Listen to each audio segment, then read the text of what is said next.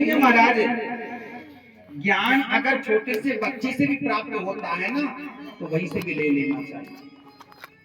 आप आगे सुनोगे, श्री दत्तात्रेय जी ने 24 गुरु बनाए थे, उनमें से एक बालक को भी गुरु बनाया। और आज यहाँ पर देवहूति माँ अपने बेटे को गुरु बना लिया, पर अपने बेटे को महाराज गुरु बना करके उपदेश प्राप्त किया।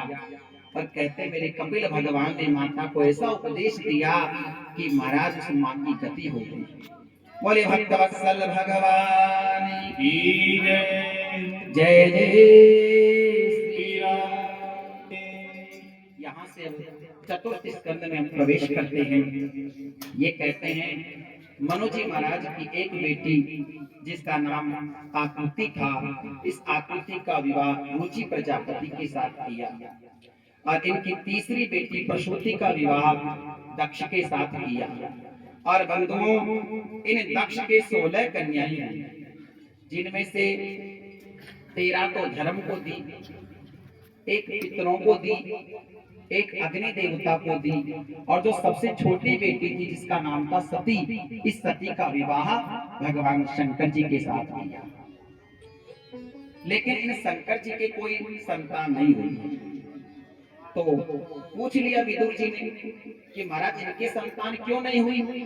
तब ये कहते हैं कि जब सती का विवाह शंकर जी के साथ हुआ, एक दिन भगवान ब्रह्मा जी ने प्रजापतियों का नायक दक्ष को बना दिया। अब याद रखना बंधुओं, जिसको अगर छोटी सी पोस्ट भी मिल जाती है ना, उसका अहंकार उसके जीवन में आ जाता है। आज सती के पिता को अहंकार हो गया कि मैं प्रजापतियों का नायक बन गया। एक दिन मीटिंग रखी गई थी, वहां स्वागत समारोह रखा था। ब्रह्मा जी देवता वहां आए हुए थे, सभी देवता बैठे थे वहां। ब्रह्मा जी थे, विष्णु जी थे, शंकर जी थे, इंद्र थे, वरुण थे, कुबेर थे, सब देवता बैठे थे, सारे ऋषि लोग बैठे थे। जिसको सम्मान की भूख होती है ना, वो चाहता है कि सब लोग मेरा सम्मान करें, लोग मुझे माला पहनाएं, मेरी जय जयकार करें। तो ये सबके बाद में आया, सब लोगों ने उठ करके स्वागत किया कि हमारे सभापतियों के नायक हैं। अब इसकी नजर उन पर थी कि कौन किसने मेरा स्वागत किया, लेकिन नजर ये थी कि किसने मेरा स्वागत नहीं किया। देखा तो सब लोग खड़े होकर के स्वागत किया, लेकिन 3 लोग खड़े नहीं हुए, ब्रह्मा जी, विष्णु जी और शंकर जी। अब तो महाराज आग बबूला हो गया। फिर सोचने लगा कि ब्रह्मा जी तुम्हारे पिताजी हैं, कोई बात नहीं है, बेटे के स्वागत के लिए पिता थोड़ी खड़ा होता है, कोई बात नहीं। और विष्णु जी ये हमारे पिताजी के पिताजी हैं। लेकिन शंकर, अरे शंकर तो मेरा दामाद है, दामाद तो बेटे के समान होता है, और इसने मेरा स्वागत नहीं किया। और महाराज खड़ा हो गया, खड़ा होकर के घोषणा कर दिया, हे सभासदों, देवताओं, मैं एक आज घोषणा करने जा रहा हूं।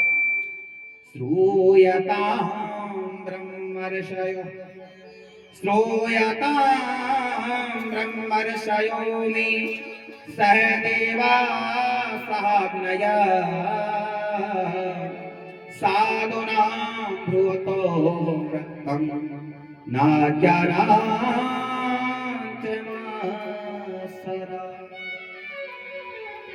हे सभासदों, मैं एक घोषणा करने जा रहा हूं, और मैं किसी की मत्सरता के वश, देश के बस कोई बात नहीं कह रहा, जो सच है वही कहने जा रहा हूं।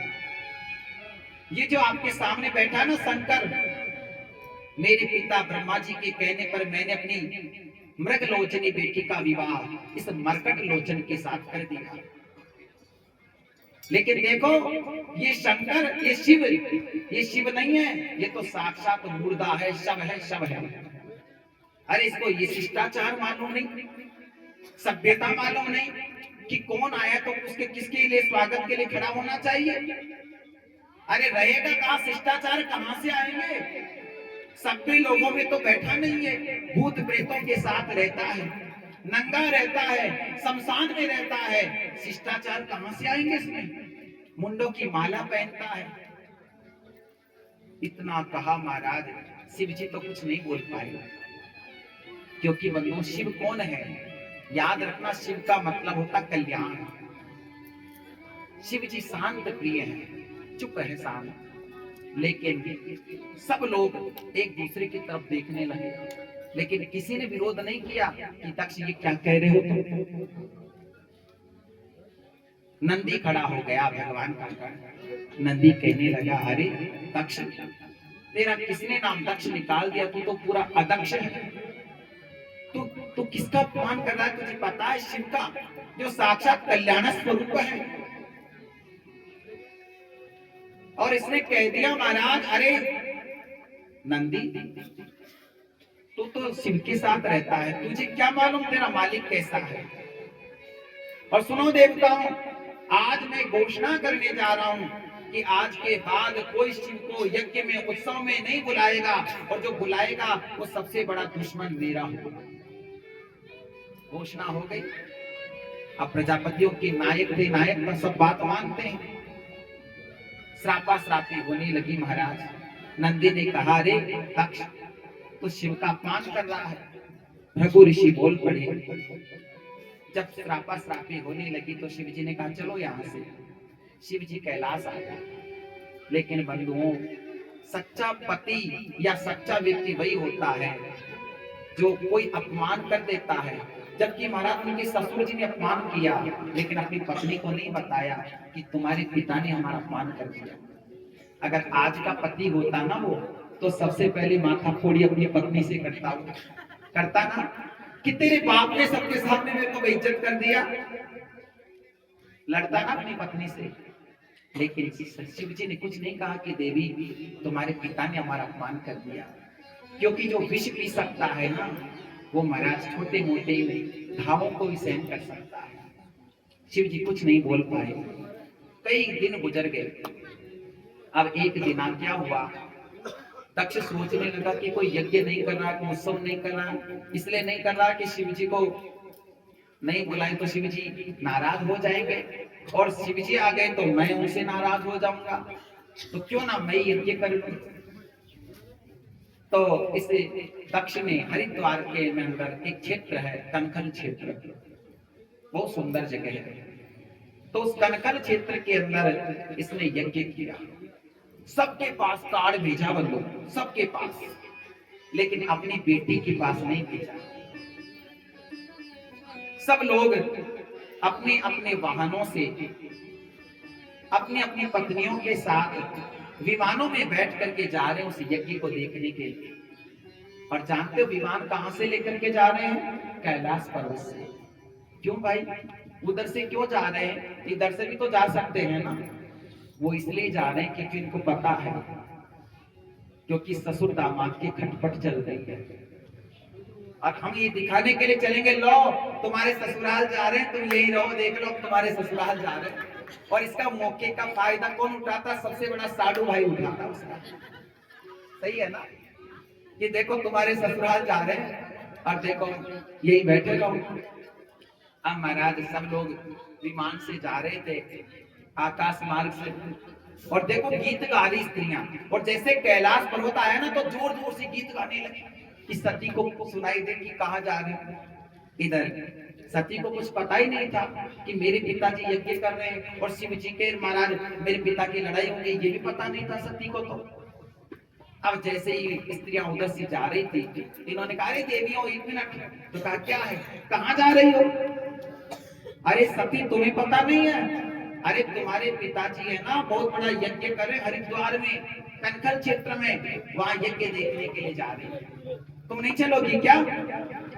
अच्छा, मेरे पिताजी यज्ञ कर रहे हैं? अरे हाँ, हमारे पास कार्ड आया था, तुम्हारे पास कार्ड नहीं आया क्या?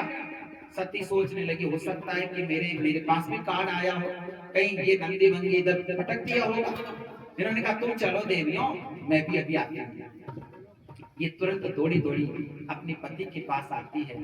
शिव जी शांत बैठे हुए थे, चरण पकड़ के शिव सती में, और क्या कहती है कि प्रजापतिस्ते स्वसुरास्य सांप्रतम निर्यापितोया के महोत्सव। हे महाराज, हे नाथ, मेरे पिता आपके ससुर जी एक बहुत बड़ा यज्ञ कर रहे हैं। हे नाथ, जब से मेरी शादी हुई है, मेरा विवाह हुआ है, मैं अपने मायके नहीं गई, अपनी माँ से नहीं मिली, अपनी बहनों से नहीं मिली, तो उस यज्ञ के देखने के बहाने मेरी माँ से मिलना हो जाएगा, तो हमको भी उस यज्ञ में चलना चाहिए, चलो ना नाथ। शिव जी कहने लगे, देवी हमारे पास तो कोई कार्ड निमंत्रण पत्रिका कुछ भी नहीं आई, और बिना बुलाए हम कैसे चले जाएं? नंदी को बुलाया, नंदी निमंत्रण पत्रिका देखी थी, कहा नहीं माते हमारे पास कोई निमंत्रण पत्रिका आई नहीं, तो कहां से बताएं? शिव जी आज वो बात बता रहे। अब कहते, देवी हमारे पास कोई कार्ड नहीं है, हमारे ये बैर तुम बिसराए, हमारे बैर के कारण आज उस पिता ने अपनी बेटी को बिसरा दिया। देवी जानती हो, जब मैं वहां गया था, बहुत से लोग बैठे थे, मैं भी बैठा था वहां पर, और जैसे तुम्हारे पिता आए ना, तो मुझे पता नहीं कौन आया, क्योंकि मैं तो मेरी आराधना का ध्यान कर रहा था, नेत्र बंद करके, कौन आया कौन गया मुझे पता नहीं, और तुम्हारे पिताजी ने कह दिया कि शिव को कोई नहीं बुलाएगा यज्ञ पे। बताओ देवी, कोई जरूरी है कि खड़ा होकर के किसी का स्वागत होता है? सबसे बड़ा स्वागत तो मन से होता है ना देवी। इन्होंने कहा, स्वामी आपने इतनी दिनों तक ये बात मुझसे क्यों छुपाई? इन्होंने कहा, देवी अगर ये बात मैं तुम्हें बताता ना, तो तुम्हें कितनी तकलीफ होती बताओ, इसलिए देवी हमने आपको नहीं बताया। कहा, स्वामी अब मुझे जाना चाहिए, अगर मैं आज नहीं गई, अगर हम आज नहीं गए ना, तो बराबर वाले समाज के लोगों को पता चल जाएगा कि ससुर दामाद की लड़ाई हो रखी है, और इसका फायदा उठाएंगे कि ससुर दामाद की लड़ाई हो रखी है। आप ऐसा करो, चलना चाहिए। इन्होंने कहा, देखो देवी आवत ही हर से नहीं, नैनन नहीं सने, तुलसी तहान जाइए, कंचन बर से। देवी जहां जाने के बाद